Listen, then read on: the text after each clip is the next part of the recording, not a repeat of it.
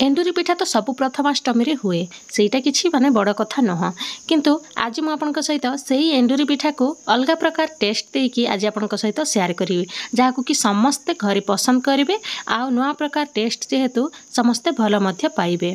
आज मुझे सहित मसला एंडुरी पिठा रेसिपी शेयर करी जहाँ को नॉर्मल मध्य आपण खाई पारिबे या सहित तरकारी किंबा चटनी जमार दरकार हेनी। चलतु ताहले स्टार्ट करबा ए स्वादिष्ट पिठाटी को भिडियोटी को पूरा शेष पर्यंत देखंतु ताहले ही जानि पारिबे। चलतु ताहले स्टार्ट करबा। जो माने भी एंडुरी पिठा बनै जानि नाहंती से माने मध्य ए पिठा देखिकी ए रेसिपी आराम रे घरे बनै पारिबे। चलतु ताहले स्टार्ट करबा। प्रथम गोटे जगार आमे बिरी चाउल बतरे नबा। गोटे कप चाउल नहीं जाइछि आउ गोटे कप नहीं जाइछि बिरी। समान परिमाण रे ही बिरी आउ चाउल को नबा जहाँद्वारा कि आमर पिठाटा पूरा सॉफ्ट रहिबो। कहीं आमे बेसी समय याकू रेस्ट देवा पई रखि पारिबानी संगे संगे ही आमे सकाळे बाटिके करि थाउ सेति पई समान परिमाण रे नियंतु।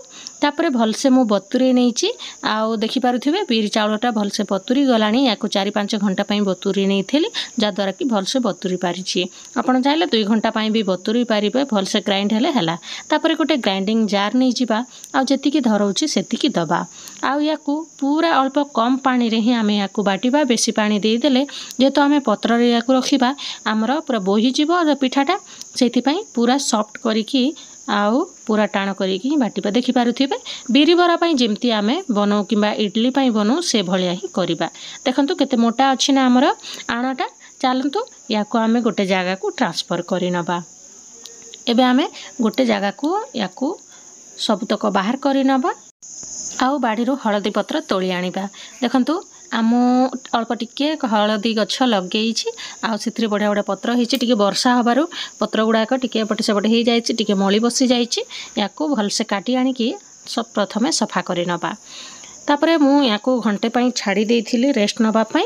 आ हमर बैटरटा पूरा रेडी हे गला। भलसे टिके फेंटी नबा। जेते भल आपण फेंटीबे सेति की भल हमर स्पंजी हबो पिठाटा।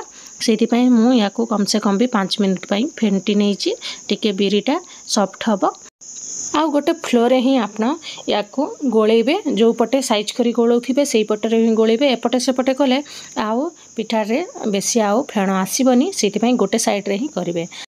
भलसे फेंटी हो सारला परे आमे या ऊपर देदेबा स्वाद अनुसार लुण। तापरे देदेबा एथिरे कंचा लंका आ अदार छेचा। जेहेतु आमे अलगा किछि पकई पारिबानी पूजा पाठ मानकर दिन रे आमे जेहेतु करूचे सेति पई अदा आ कंचा लंका छेचा को आपण एथिरे पकईबे बहुत भल फ्लेवर दबो। तापरे देदेबा जीरा आउ लंका गुंड टिके देदेबा। टेस्ट को देखिकी कंचा लंका केते राग अछि सीटा को देखिकी आपण माने देबे। तापरे बहुत सारा एथिरे देदेबा धनिया पत्र आउ भलसे गोळे नबा। जदि आपण को आउ किछि मसला दबार अछि ताहले एई समय रे ही आपण देई पारिबे। देखंतु मो भलसे सब मसला को देकी भलसे गोळे नउछि। ए भले आपण कले पिठाटा पूरा बढ़िया लगिवो आउ जमारू या सहित आउ किछि दरकार पड़िबनी। भलसे आउ थरे मु फेंटी नैछि सेपटे भी मु बसई नैछि इडली छांचटा। जेहेतु आमे इडली छांच रे ही आउ को देकी करिबा। जदि आपण स्टीमर रे जदि करूछंती ताकू मध्य बसई देबे। तापरे भलसे याकू साइड रे रखि नबा भलसे गोळेकी। तापरे देखंतु मु नै जाइछि हळदी पत्र। एथर मु हळदी पत्र टिके छोट छोट हैला सेति पई मु टिके टिके लंबा लंबा करिके काटुछि। आपण निजे केते बड़ पिठा करिवा पई चाहुचंती सेही हिसाब रे हळदी पत्र काटिबे। हळदी रे बहुत सारा लाभकारी गुण अछि। सेति पई हळदी पत्र को हमर बड़ माने वर्ष को थरे ए भलिया पिठा बनेकी खांतु हळदी पत्र रे बोलिकी से माने आगरु ही ए भलिया पिठार परंपरा चली आइछंती। सेति पई जदि आपनक पाखरे हळदी गछ नाही ताहले आपण कदली पत्र रे मध्य ए पिठा को बनै पारिबे। तापरे निज परिमाण अनुसार एबे आमे या ऊपर बेटर दे दबा। जतिकी आपनक दरकार सेतिकी आपण देबे आउ ए भलिया बंद करि नेबे। देखि पारुथिबे पूरा पत्र रे ही लाखी जीवो। जेहेतु आमे इडली छांच ऊपर दबा टिके बाहर को बाहरले भी किछि असुविधा नै।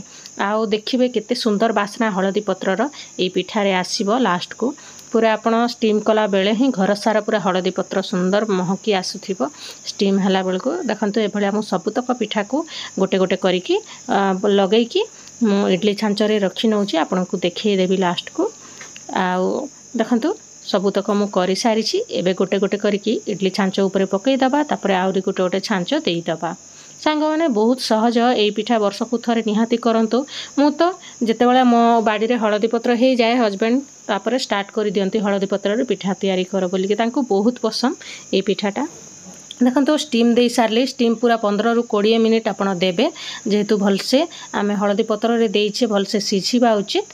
आउ देखो बढ़िया भाव में पूरा सॉफ्ट होती जालीदार होती। मु लास्ट को आपको देखा भांगिकी केते बढ़िया होती। आप एमती नॉर्मल भी खाईदेवे।